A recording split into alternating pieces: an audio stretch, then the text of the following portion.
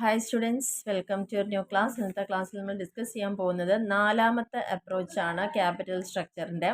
അതായത് മോഡിഗിലാനി and Miller theory എന്നാണ് എന്ന പേരിൽ അറിയപ്പെടുന്നത്. ഫ്രാങ്കോ മോഡിഗിലാനിയും മെർട്ടൻ മില്ലറും കൂടിയിട്ട് നോബൽ പ്രൈസ് വിന്നേഴ്സാണ് ഫിനാൻഷ്യൽ എക്കണോമിക്സിൽ രണ്ടുപേരും. ക്യാപിറ്റൽ സ്ട്രക്ചർ തിയറി 1958 ഡെവലപ്പ് ചെയ്തിരിക്കുന്നത്. ഇനി ഇതിൻ്റെ ഒരു പ്രത്യേകത എന്ന് പറയുന്നത് നമ്മൾ ഓൾറെഡി NI അപ്രോച്ചും NOI അപ്രോച്ചും പഠിച്ചു കഴിഞ്ഞാണ്.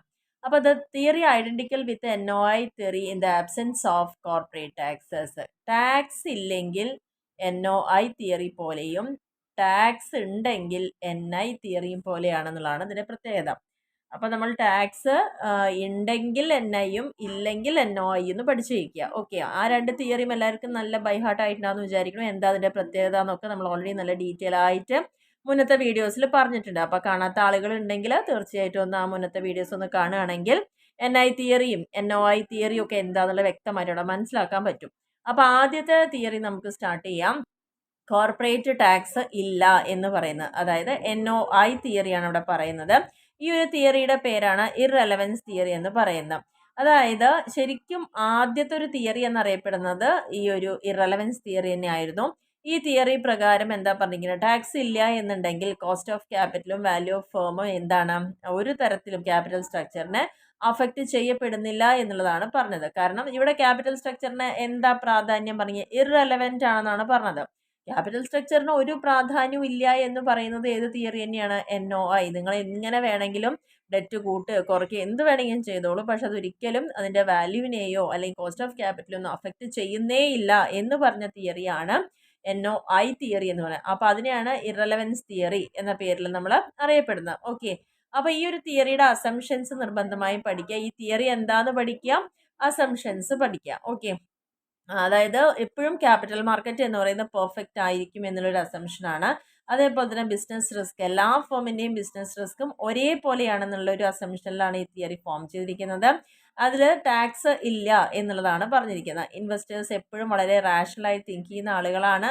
ട്രാൻസാക്ഷൻ കോസ്റ്റ് ഇവിടെ വരുന്നില്ല. എല്ലാ ഇൻവെസ്റ്റേഴ്സും സെയിം പെർസെൻറ്റേജ് തന്നെയാണ് ഒരു ഫേമിൻ്റെ എബിറ്റ് ആൻറ്റിസിപ്പേറ്റ് ചെയ്യുന്നത്. അതേപോലെ തന്നെ ഇവിടെ റീറ്റെയിൻഡ് ഏർണിങ്സ് എന്നൊരു സംഭവമേ ഇവിടെ ഇല്ല എന്നുള്ളത് പറയുന്നുണ്ട്. ഇൻവെസ്റ്റേഴ്സിന് എപ്പോൾ വേണമെങ്കിലും വാങ്ങുകയും വിൽക്കുകയും ഒക്കെ ചെയ്യാം, അങ്ങനെ ഒരു റെസ്ട്രിക്ഷൻ ഒന്നും ഇല്ല എന്നുള്ളതൊക്കെയാണ് ഈ ഒരു തിയറിയുടെ പ്രധാനപ്പെട്ട അസംഷൻസ്. അപ്പോൾ തിയറി ക്യാപിറ്റൽ സ്ട്രക്ചറിനെ ബേസ് ചെയ്ത് വരുന്നത് എങ്ങനെയാണെന്ന് ചോദിച്ചു കഴിഞ്ഞാൽ നമ്മൾ കൃത്യമായിട്ട് മനസ്സിലാക്കുക, ടാക്സ് ഇല്ലെങ്കിൽ NOIയും ടാക്സ് ഉണ്ടെങ്കിൽ NI തിയറിയും പോലെ പഠിക്കുക. ആൻഡ് ഇതിൻ്റെ അസംഷൻ വളരെ വളരെ ഇമ്പോർട്ടൻ്റ് ആണ്. ഇനി ഇതിൽ വരുന്ന ഒരു ടേം എക്സ്പ്ലെയിൻ ചെയ്തു തരാം. ആർബിട്രേജ് പ്രോസസ്സ് എന്നാണ് പറയുന്നത്. എന്താണ് ആർബിട്രേജ് എന്ന് പറഞ്ഞു കഴിഞ്ഞാൽ? The act of buying an asset or security in one market at lower price and selling it another market at a higher price.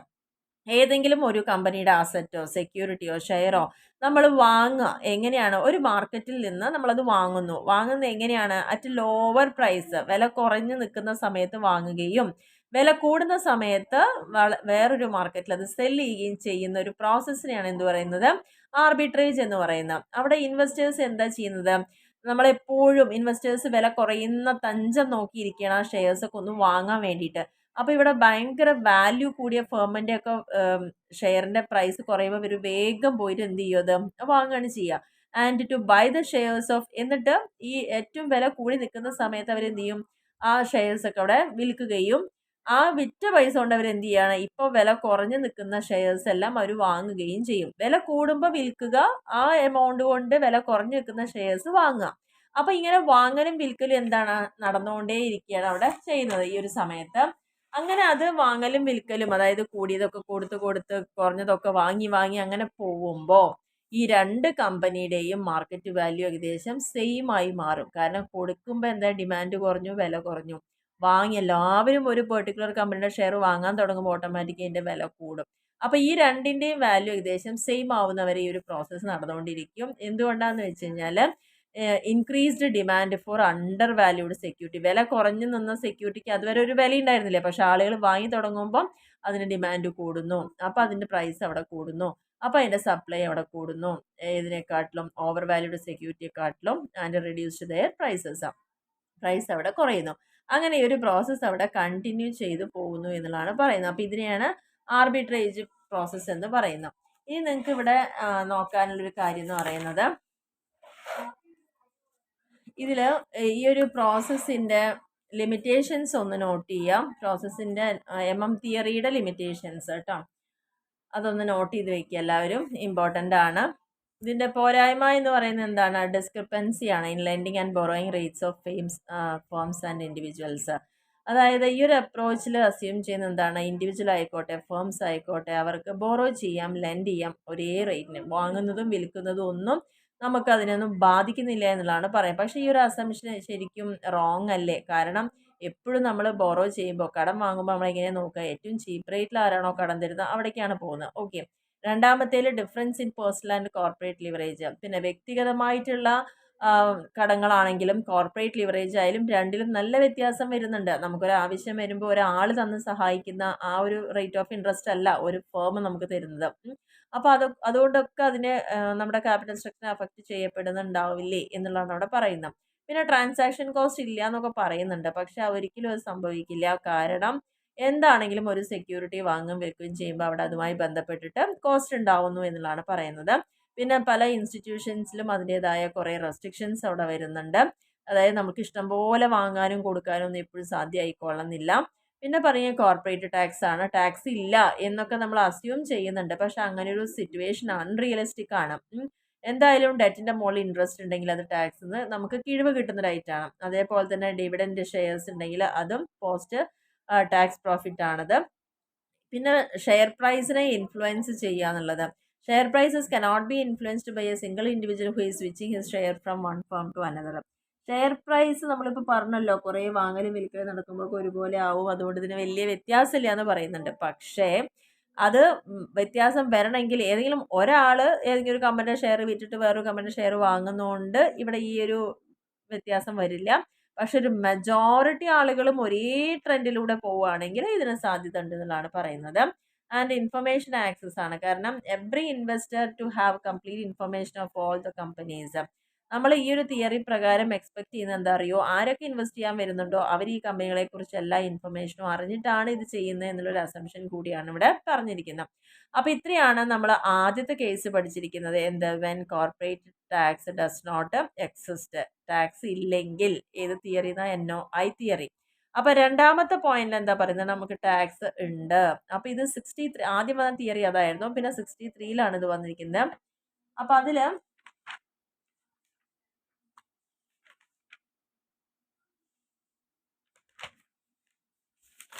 ആ ഒരു തിയറി പ്രകാരം അവിടെ നമുക്ക് എന്താണ്? ഇൻട്രസ്റ്റ് ഓൺ കോർപ്പറേറ്റ് ടാക്സ് ഉണ്ട്. Interest on debt is A deductible expense four tax purpose. നമ്മൾ ഇങ്ങനെ കടം വാങ്ങുമ്പോൾ എന്താണ്? ഇൻട്രസ്റ്റ് കൊടുക്കേണ്ടതായിട്ട് വരും. അങ്ങനെ കൊടുക്കുന്ന സമയത്ത് നമുക്ക് ടാക്സിൻ്റെ പർപ്പസിലൊക്കെ നമുക്ക് വളരെ ഗുണമാണ്. പക്ഷേ ഡിവിഡൻഡ് എന്തല്ല? ഡിഡക്റ്റബിൾ അല്ല. ഡിവിഡൻഡ് ഒരിക്കലും ഡിഡക്ഷൻ നമുക്ക് കിട്ടില്ല, പക്ഷേ ഇൻട്രസ്റ്റ് നമുക്ക് ഡിഡക്ഷൻ കിട്ടും. അതുകൊണ്ട് തന്നെ കമ്പനീസൊക്കെ എപ്പോഴും അവരുടെ ക്യാപിറ്റൽ സ്ട്രക്ചറിൽ കൂടുതൽ ഡെറ്റ് യൂസ് ചെയ്യാൻ അവർ നിർബന്ധിതരായി തീരാറുണ്ട്. കാരണം ഈ ഒരു ടാക്സ് ഉള്ളത് കൊണ്ടാണ് നമുക്ക് എന്ത് സംഭവിക്കുന്നത്? ഓവറോൾ കോസ്റ്റ് ഓഫ് ക്യാപിറ്റലൊക്കെ നമുക്ക് ഒരു ലിവേർഡ് ഫേമിനെ സംബന്ധിച്ചോളം ലോവർ ആയിരിക്കും. ഒരു അൺലിവേർഡ് ഫേം എന്ന് പറഞ്ഞാൽ എന്താണ്? നമ്മുടെ ക്യാപിറ്റൽ സ്ട്രക്ചറിൽ കടം വാങ്ങാതെ ഇക്വിറ്റി കൊണ്ട് മാത്രം മുന്നോട്ട് പോകുന്ന ഒരു ഫേമിനെക്കാട്ടിലും ക്യാപിറ്റൽ സ്ട്രക്ചറിൽ ഒരു പരിധി വരെയെങ്കിലും നമ്മൾ കടം വാങ്ങുന്നുണ്ടെങ്കിൽ അവർക്കായിരിക്കും ഓവറോൾ കോസ്റ്റ് കുറയുക എന്നുള്ളതാണ് ഇവിടെ പറഞ്ഞിരിക്കുന്നത്. അപ്പോൾ അതിൻ്റെ ബേസിസിൽ നമ്മൾ നോക്കുകയാണെന്ന് വെച്ചാൽ അതിൻ്റെ ഒരു ഇക്വേഷൻ ഇവിടെ പഠിക്കുന്നുണ്ട്. VU എന്നാണ് പറയുന്നത്. VU എന്ന് പറയുമ്പോൾ വാല്യൂ ഓഫ് അൺലിവേർഡ്. അൺലിവേർഡ് എന്ന് പറഞ്ഞാൽ എന്താണ്? ക്യാപിറ്റൽ സ്ട്രക്ചറിൽ ഡെറ്റ് യൂസ് ചെയ്യാത്ത കമ്പനികളുടെ വാല്യൂ കാണാനുള്ള ഇക്വേഷനാണ് EBIT × 1 - T divided by KO എന്ന് പറയുന്നത്. അപ്പോൾ അതിൽ നമ്മൾ ശ്രദ്ധിക്കേണ്ട കാര്യം ഇവിടെ EBIT earning before interest and tax ആണ് നമുക്കറിയാം. ഇത് 1 തന്നെയാണ്. ഇനി അതിൽ നിന്ന് ടാക്സ് കുറയ്ക്കുക. ഇവിടെ ഓവറോൾ കോസ്റ്റ് ഓഫ് ക്യാപിറ്റൽ ആണ് തന്നിരിക്കുന്നത്. ഇനി ഇതിപ്പം നമ്മൾ പറഞ്ഞത് അൺലിവേർഡ് ഫേം ആണ് അല്ലേ? അതായത് VU ആണ് ഇവിടെ പറഞ്ഞിരിക്കുന്നത്. അതായത് അൺലിവേർഡ് ഫേമിൻ്റെ കാര്യമാണ്. അപ്പോൾ ഒരു ലിവേർഡ് ഫേമിനെ സമീപിക്കുമ്പോൾ എന്തായിരിക്കും ഇക്വേഷൻ വരിക? V1 = VU + DT. അതായത് VU നമ്മൾ കണ്ടിട്ടുണ്ടെങ്കിൽ അതിനോട് കൂടിയിട്ട് ഡെറ്റും ടാക്സും കൂടിയിട്ട് ഇൻറ്റു ചെയ്ത് കിട്ടുന്നതിനാണ് നമ്മൾ എന്ത് പറയുന്നത്? ഒരു V1 അല്ല, V ലിവേർഡ്. ലിവേർഡ് ആണ്, വാല്യൂ ഓഫ് ലിവേർഡ്. ഓക്കെ, ഇത് സ്മോൾ ലെറ്റർ L ആണ്, ഇവിടെ അൺലിവേർഡ് ആണ് കാണിക്കുന്നത്. അപ്പോൾ ഒരു ലിവേർഡ് കമ്പനി ആണെങ്കിൽ അൺലിവേർഡ് + DT ചെയ്താൽ കഴിഞ്ഞാൽ ഇതിൻ്റെ വാല്യൂ ഇവിടെ കിട്ടും.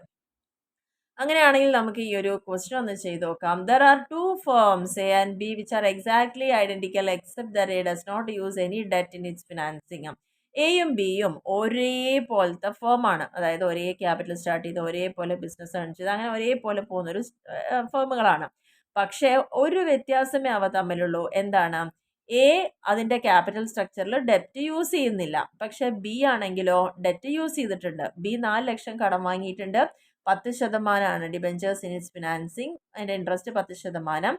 ഇനി അപ്പോൾ രണ്ടും തമ്മിലുള്ള വ്യത്യാസം എന്താണ്? സെയിം ഫേമുകളാണ്, സെയിം പറഞ്ഞാൽ ഒരേപോലെ പ്രവർത്തിക്കുന്ന ഫേമുകളാണ്.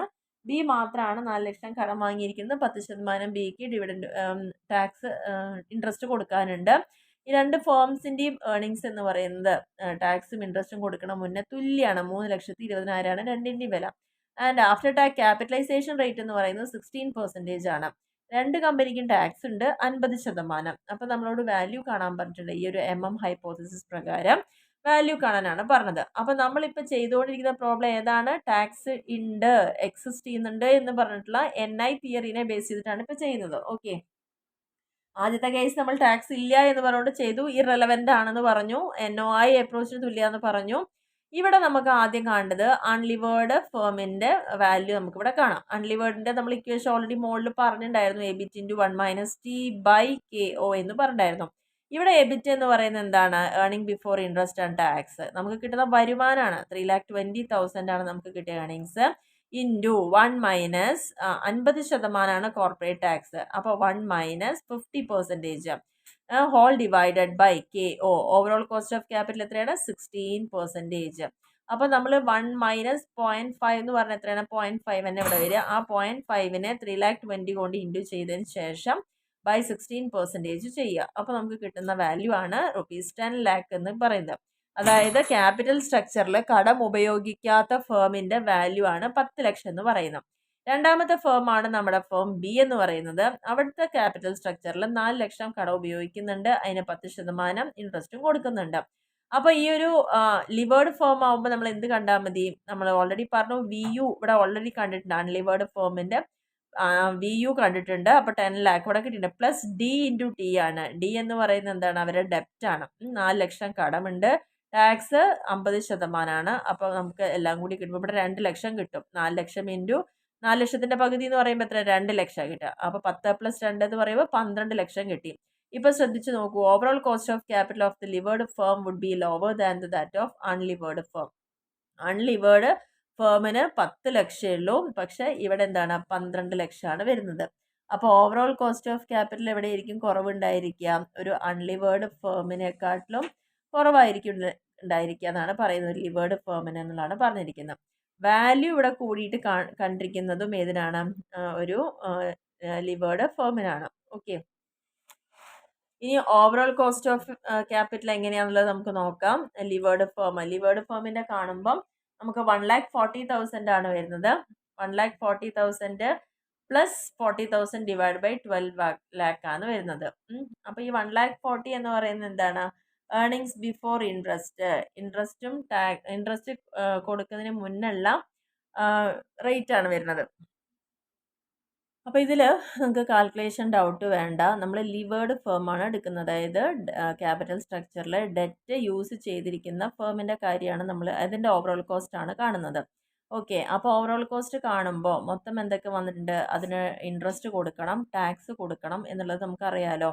അപ്പോൾ അങ്ങനെയാണെങ്കിൽ നമുക്ക് എത്ര ഇൻട്രസ്റ്റ് കൊടുക്കണം, എത്ര ടാക്സ് കൊടുക്കണം എന്നുള്ളതൊന്ന് കമ്പ്യൂട്ട് ചെയ്യാം. നമുക്ക് earning before interest and tax നമ്മുടെ ക്വസ്റ്റ്യനിൽ കൃത്യമായി പറഞ്ഞിട്ടുണ്ട്. ഇൻട്രസ്റ്റും ടാക്സും കൊടുക്കുന്നതിന് മുന്നുള്ള ഏർണിങ്സ് ആണ് 3,20,000 എന്ന് പറയുന്നത്.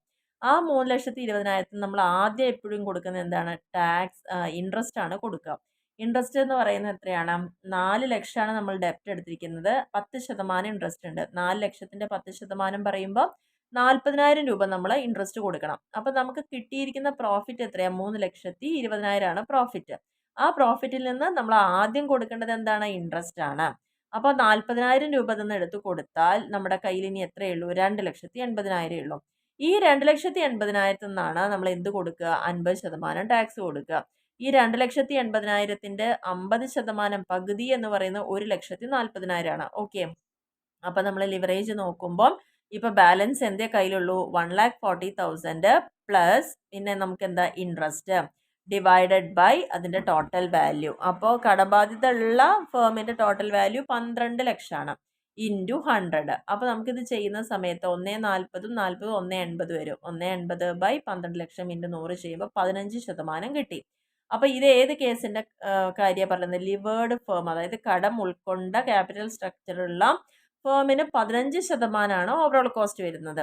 അപ്പോൾ അങ്ങനെയാണെങ്കിൽ നമ്മൾക്കുള്ളത് ഒരു ലിവേർഡ് ഫേമിൻ്റെ, അതായത് ഇത് ലിവേർഡ് ഫേമിൻ്റെ ആണ് 15% എങ്കിൽ നമുക്ക് അൺലിവേർഡ് ഫേമിൻ്റെ എങ്ങനെ കണ്ടുപിടിക്കും? അൺലിവേർഡ് ഫേമിൻ്റെ കണ്ടുപിടിക്കുക എന്ന് പറയുമ്പോൾ നമുക്ക് എത്ര രൂപയാണ് വരുന്നത്?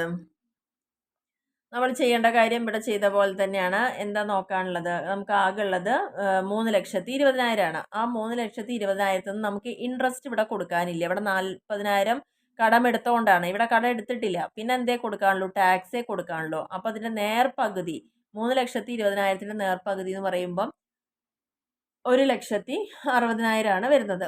ഓക്കെ, 1,60,60,000 രൂപയാണ് നമുക്കിവിടെ വരുന്നത്. ആ 1,60,60,000 ആണ് നമുക്ക് ടാക്സ് കൊടുത്തതിന് ശേഷം നമ്മുടെ കയ്യിലുള്ള ഏർണിങ്സ് എന്ന് പറയുന്നത്. അപ്പോൾ 1,60,60,000 ബൈ 10 ലക്ഷമാണ് നമ്മുടെ ഫേമിൻ്റെ വാല്യൂ. ഇൻറ്റു 100 ചെയ്യുമ്പോൾ നമുക്ക് കൃത്യമായിട്ടും 16% അവിടെ കിട്ടുന്നതായിരിക്കും. അപ്പോൾ ഇവിടെ എന്താണ് മനസ്സിലായത്?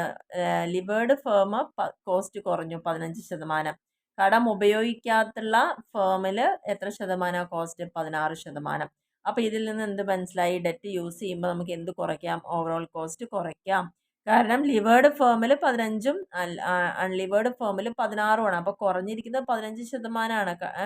അത് ഏത് ഫേമാണ്? നമ്മുടെ ഡെറ്റ് യൂസ് ചെയ്ത ക്യാപിറ്റൽ സ്ട്രക്ചറുള്ള ഫേമിനാണ് കുറഞ്ഞിരിക്കുക. അപ്പോൾ ഇതാണ് ഈ തിയറി പ്രകാരം നമ്മളിവിടെ പ്രൂവ് ചെയ്തിരിക്കണം എന്നുള്ളതാണ് പറയുന്നത്. കാരണം ഒരു ലിവേർഡ് ഫേം സംബന്ധിച്ചോളം എന്താണ് ഏതിനാ വാല്യൂ കൂടിയത്? 2 ലക്ഷത്തിൻ്റെ വ്യത്യാസമാണ് ഇവിടെ വന്നിരിക്കുന്നത്. Okay, the value of levered form B is greater than 2 ലക്ഷം രൂപയുടെ വ്യത്യാസം എന്ന് പറഞ്ഞത് എങ്ങനെയാണ് വന്നിരിക്കുന്നത്? കാരണം നമ്മളിവിടെ കണ്ടുപിടിച്ചത് 10 ലക്ഷമാണ് വാല്യൂ ഏതിൻ്റെ? ഒരു അൺലിവേർഡിൻ്റെ. ലിവേർഡ് 12 ലക്ഷം. അപ്പോൾ ഏതിനാണ് കൂടുതൽ വാല്യൂ വന്നത്? ബിക്കാണ് കൂടുതൽ വാല്യൂ വന്നത്. ഷെയറിൻ്റെ വാല്യൂ കൂടാൻ സാധിച്ചത് ക്യാപിറ്റൽ സ്ട്രക്ചറിൽ ഡെറ്റ് യൂസ് ചെയ്താണ്. അപ്പോൾ അതിൻ്റെ ഈ പ്രസൻറ്റ് വാല്യൂ ഓഫ് സേവിങ്സ് എന്ന് പറയുന്നത് എന്താ? 20,000 ഇൻറ്റു 100/10. കാരണം 10% അല്ലേ നമ്മൾ ഇൻട്രസ്റ്റ് കൊടുത്തിട്ടുണ്ടായിരുന്നത് അല്ലേ? അപ്പം നമുക്ക് അത്രയും രൂപ അവിടെ സേവ് ചെയ്യാൻ കഴിഞ്ഞു എന്നുള്ളതാണ് പറയുന്നത്. കാരണം due to taxation on interest, ആ ഇൻട്രസ്റ്റ് അവിടെ നമുക്ക് എന്ത് കൊടുക്കണം? ടാക്സ് കൂടി വരുന്നുണ്ട്. അപ്പം 4 ലക്ഷം ആണ് നമ്മൾ കടെടുത്തത്, 10% ഇൻട്രസ്റ്റും കൊടുക്കണം, അതിന് നമ്മൾ ടാക്സും കൊടുക്കേണ്ടതായിട്ട് വരും. അതാണ് ആ 20,000 രൂപയുടെ ആ ഒരു equal to this is equal to the present value of savings. അപ്പോൾ ആ ഒരു സേവിങ്സിൻ്റെ പ്രസൻറ്റ് വാല്യൂവിന് തുല്യമാണ് എന്നുള്ളതാണ് ഇവിടെ പറഞ്ഞിരിക്കുന്നത്. അപ്പോൾ ഈ ഒരു തിയറി കൃത്യമായിട്ട് പ്രൂവ് ചെയ്ത് തന്നിട്ടുണ്ട്. ക്യാപിറ്റൽ സ്ട്രക്ചറിൽ ഡെറ്റ് യൂസ് ചെയ്യുമ്പോൾ തീർച്ചയായിട്ടും എൻ്റെ വാല്യൂവിനെയും അതേപോലെ തന്നെ ഓവറോൾ കോസ്റ്റിനെയൊക്കെ അഫക്റ്റ് ചെയ്യും എന്ന് പറയുന്നതാണ് കോർപ്പറേറ്റ് ടാക്സ് നിലവിലുണ്ട് എന്ന് പറയുന്ന, അല്ലെങ്കിൽ നമ്മുടെ NI അപ്രോച്ച് പ്രകാരമുള്ള നമ്മുടെ MM തിയറി എന്ന് പറയുന്നത്.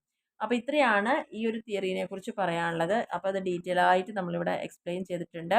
ടാക്സ് കൊടുക്കുമ്പോൾ എങ്ങനെയാണ്, കൊടുക്കാത്തപ്പോൾ എങ്ങനെയാണെന്നുള്ളതും അതിൻ്റെ ഡിമെറിറ്റുകളും ഒക്കെ നമ്മൾ ഡിസ്കസ് ചെയ്തിട്ടുണ്ട്.